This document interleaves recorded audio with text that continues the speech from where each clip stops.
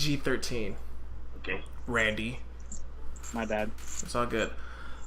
All right, ladies and gentlemen, what up, everybody? It's your boy, the Shadow Geek here, and I am joined by three very special individuals. I'm joined by the Digidestined. Yes, indeed, it's them Digidestined. Starting off with Chooks Duro. See what's up to the camera. What's going on, guys? Next up, we got Dalton Crawford. Did you say something? No, he did not. See, we went through all this practice, and now we can't even. I'm coming over. Now we can't hear you. We can't hear you anymore. You gotta pick that mic up. Can you hear me now? Yes, Verizon. Yes. So I do have to hold it. You gotta hold the mic. Okay. Do we take All right. now? Do we start back again, or No, we're still going. still recording? We're still going. And last, but certainly not least, Randy Cruz, everybody. Hola. Who, amongst three other black dudes, he's still the darkest person on the video, but that's totally fine with me. Okay, guys, so this is going to be a whole new segment that we're going to be doing here. It's going to be involving these three gentlemen, and including myself, and we're going to be talking about all things games and whatnot, and we're going to kick this off with nothing other than the Kickstarters. So, me personally, I like I was saying earlier, I don't really care much for funding Kickstarter programs just because of situations like the one we're going to discuss now. There was a Kickstarter program that was funded by $30,000. It was funded up to 35. Was it 30 or 35? I think it was 30. 30. I mean, it was a lot of damn money. Period. That's so that was that. Either way, so they had a lot of backers with this situation, with this game called Mansion Lord. And they fall off the face of the earth. So, opening it up to discussions, gentlemen, how do you feel about this? Well, it kind of goes back to the whole. If you want to really go back, back to the NES, SNES days where it was a publisher / developer combo for all games, and whenever it was advertised was actually backed by something. Mm-hmm. This is pretty much why I don't really trust Kickstarters anymore. I put money in. I'm not sure if you guys know this, but I put money into My Number 9. I think it came out, or the Kickstarter video came out like sometime early 2014. I think that's when they had like the conceptual art. It was also shaded. It looked really cool, but it looked like Mega Man, but different. So it was something to be hyped about, especially since Capcom has been quiet about Mega Man for like years. On years. I think his last cameo was a teaser in Marvel vs. Capcom 3 on a poster or something like that. Or I think it was the Street Fighter X Tekken. Well, no, wasn't his last appearance in Project Cross Zone? Oh no, never mind. You're right. Yeah, this is his last official appearance. Yeah. Okay. But yeah, I mean, I'm just saying, like, I got hyped because of that news, because Infinity was going to be a part of it. So they had the original creator of Mega Man all a part of this, and he hyped up the video. And I dropped money into it, expecting that I would get a game in 2015. How much money did you drop? About $20. $20, and what did you get? Nothing. Nothing. Here without them. You got nothing for it? They took your money, fam. That is the most expensive Which pre-order. tier was that? Well, I mean, apparently they released a demo, but I mean, I didn't want to spoil it via demo. Because I saw the YouTube videos, and to be honest with you, it looked kind of disappointing. I mean, Half-assed. Yeah. I mean, it's like, I don't know. Like, I feel some type of way about Kickstarter programs just because you just don't know. It's too easy to get gypped. Exactly. Like, Very much so. I mean, like I get like everybody. It's like something like Mighty Number 9. Everybody is super excited just because of who was backing it up. So without even thinking twice about what the consequences are going to be, people are just throwing money. They're throwing money at this, at this game, and not even really considering, hey, this is a game developer. This might get pushed back because what game comes out on time, let alone a game backed up by us? Like. That was my issue with this. Like, I mean, yeah, it looks great. I'm excited for it, but I was just like, am I that excited that I want to invest money in a game that might not even be that good? Like, you can always put out great videos and pictures and artwork, but it's just like, is the game going to be good? You really never know. Yeah. So And then I do want to add just basically after Mighty Number 9, they wanted to go on and continue and I guess expand the quote unquote universe with Red Ash. And obviously that became just a complete, hot mess right off the bat. yeah, They said they wanted to do a game, they wanted to do a cartoon that would tie into it. And once again, like you said, we get excited. We want to fund these games that we want to play. Another example would be Shenmue 3, excuse me if I'm butchering it. The second that they announced it, the internet lost its top. Literally millions of dollars were thrown at computer screens to much avail, actually. They closed the Kickstarter, I believe, to 6.3, I believe I'm seeing. And I'm quoting an IGN article while I say this. Now, granted, now I say that, I do believe it was just a couple... Actually, on the October 5th, there was an article where the series creator just came out and said, yeah, we just got that much money, but we could use some more money. So now to kind of see, you just got $6.3 million to make a game that, probably could have got more money if they had a longer, more stretch goals and a longer byline to get money into it, to say you want more money. It kind of sucks because that some people are going to say, well, let me give you money just because of that love factor. yeah. Me personally, there's very little Kickstarters that I do see that I do want to give money into. There was the Banjo-Kazooie spiritual successor, I believe, Yes. Ukulele. That's my shit. And I definitely, I kept looking at it. I wanted to give money to it. But to this day, the closest thing to a Kickstarter that I actually wanted to put money into is I'm a big fan of I Fight Dragons. They're a rock band, more or less. They love video games, so they actually use video game sounds and video game lore. And I didn't get a chance to actually put money towards the Kickstarter, but I did buy their record through there. And at least they gave me an actual vinyl along with the digital MP3. So that is so far the only Kickstarter, I guess you could say I'm one for one and being pleased. Other than that, I have yet to really see an actual Kickstarter that I do want to put my money into that I do trust.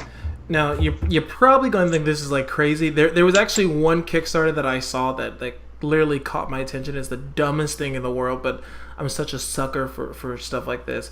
But did you guys see the? I believe this was on Kotaku. It was the one called "Them's Fighting Herds." No. No. I Okay. have not heard about it. So it's this. This is a development team called Main 6. And they were doing a fighting game based off of the My Little Pony characters, Friendship is Magic, and so they created this, and they had a Kickstarter started up. But then the people at My Little Pony, they were just like, "No, you don't have the rights to this. You're ruining our characters." So then so one of the producers at My Little Pony, she joined in, and she was like, "Okay, well, I like the concept of this. So let me help you guys out." And so she's one of the designers, but she helped them design a whole bunch of new characters for this fighting game.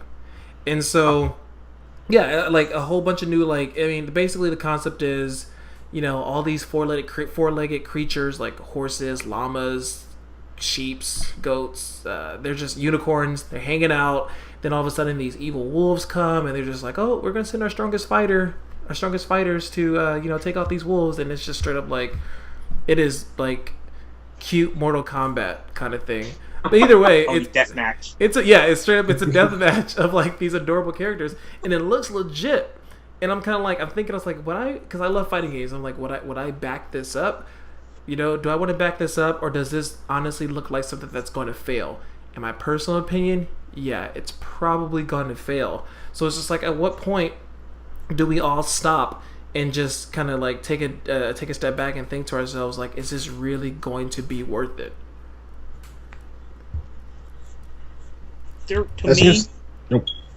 Video game wise, it's too sketchy. Because big companies go down. Yeah.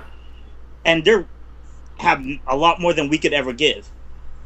You know what I mean? Mm-hmm. So if they're failing and they're not able to put out good content, how is a crowd-funded video game going to do any better?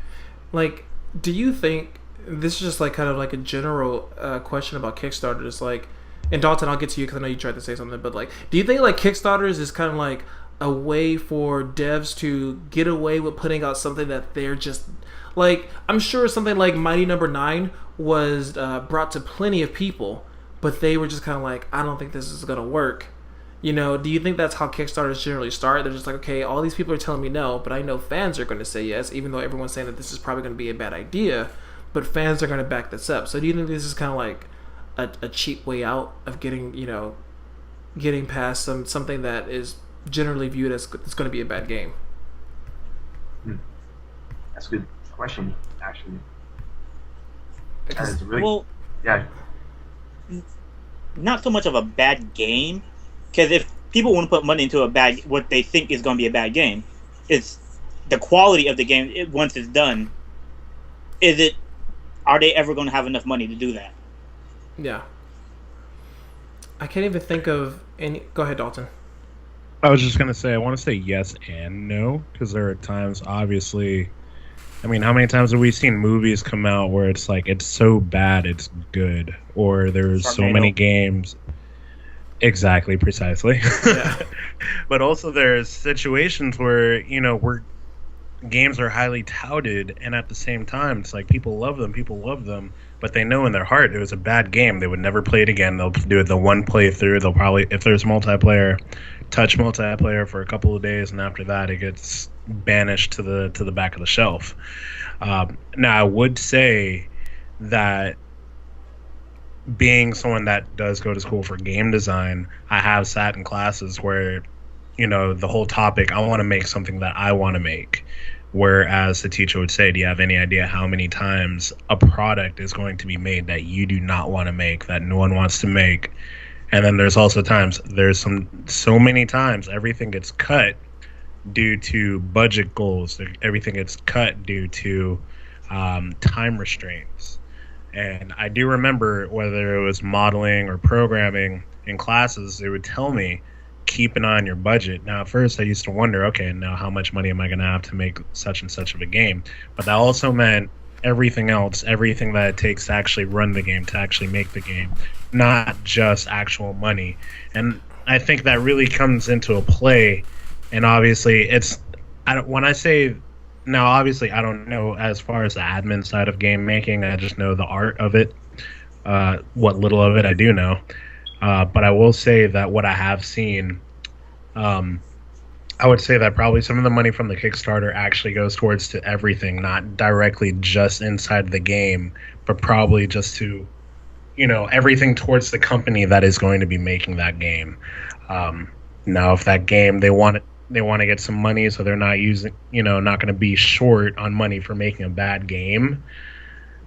I think sometimes that kind of just gets into that moral area that we don't really know too much until we get behind the scenes of any particular company, any particular developer. Yeah. I think that's the answer right there, because we just don't know what goes behind the background, you know? Mm-hmm. Like, we're dumping money into these Kickstarters. They put stretch goals, which is cool. But as Dalton pointed out, is it truly all going to developing? You know? Is it just distributed X amount of ways, or we really don't know. So like, for random people, you know, just fans of a particular developer to put money into a Kickstarter and to think that we're going to get a particular product out of it, like, there is no guarantee. You know, like Nintendo, you know, I'm just using an example. Back in the day, the SNES days, the seal of approval, they were approved stamp games, and they would not push out any crap content out into the actual system. Like, what happened to that? I know, right? Like, but that's a good point, because we had we actually had a publisher / developer that was pre-stamping games left and right with their special stamp of approval before it even got out to the public, and most of those games were actually pretty good. But we can't do that with the Kickstarters. You know? We're just putting it's kind of like blind faith. We're putting money into something where there is no actual evidence besides them posting videos of their progress, which is cool. Yeah. But it's a guess, you know? I mean, and I totally get that a lot of this money goes towards, I mean, it's not just towards the game, I get that. I understand that there's a whole staffing thing that they have to look into. It's the whole marketing issues that they have to look at. It's distributing that they have to look into. But what I keep thinking back because I love Shenmue. I love Shenmue when it was on the Dreamcast. Like everybody else in the world, I hated Shenmue when it came out on the Xbox. But even still, I was still hoping for a predecessor. I kept saying, like, when are we going to have another one? When are we going to have another one? And so the fact when they announced that as at the what was it, E3, I was kind of like, are you saying this to see if people want it? Because people want it. I mean, this is Sony. Did Sony necessarily need us to fund Shenmue? No. That's what I'm saying. And they didn't need that, because not only are they getting people to fund it, but now, I guess it's just a corporation thing because they got the people to fund it, and on top of that, when this game comes out, people are going to start buying PS4s like crazy, So it's just like, what is the real reason behind? I guess it just depends on the developer, but it's like, why are we paying for these games? Like, I'm putting, like, you are literally putting $20 to $100 on a game already, and then as soon as that game comes out, you're going to be putting down another $60 for the game, and then after that, you're going to be putting down $20 to $30 to $40 on the DLC content, which Mighty Number 9 is going to have plenty of, And so it's just like, at what point do gamers just stop back, just stop and say, like, that's enough, like, I'm okay, I'm good. If you're gonna, they're not gonna stop making games, So that's, I guess I got a little passionate. I guess Kickstarter's kind of pissed me off now. I feel like I'm a little irritated. I lost $20 already. And you didn't even get shaded. No, it's just irritating. So I don't know. That just sucks. And more on the Mansion Lord game. Basically, Kickstarter is telling the backers, hey, that's something that you have to take up with the company. The company has just completely wiped themselves off the face of the earth with $30,000 plus. That it is what it is, and it sucks. Like, it sucks, but it's wow. Can we start a Kickstarter, get Dalton through college, and pay off his student loans? As long as it's a video game, then yes, we can do that. I want to see a trailer. I want to see a 30-second trailer of gameplay. No CGI effects, pure gameplay for me to back that up, dog. Could the pre-order bonus be you singing some of my favorite hits from the 90s? I was about to say, I got $10 if you start singing right now, dog. You just say... No balance. What song? Where can we go till the end of the road? Back me up. Oh, I can. Randy's not even dead. He's done. All right. So next up. I might just sing randomly at any point. Hey, now, just letting you know. Give the backers what they want. Every song. I see $1, maybe.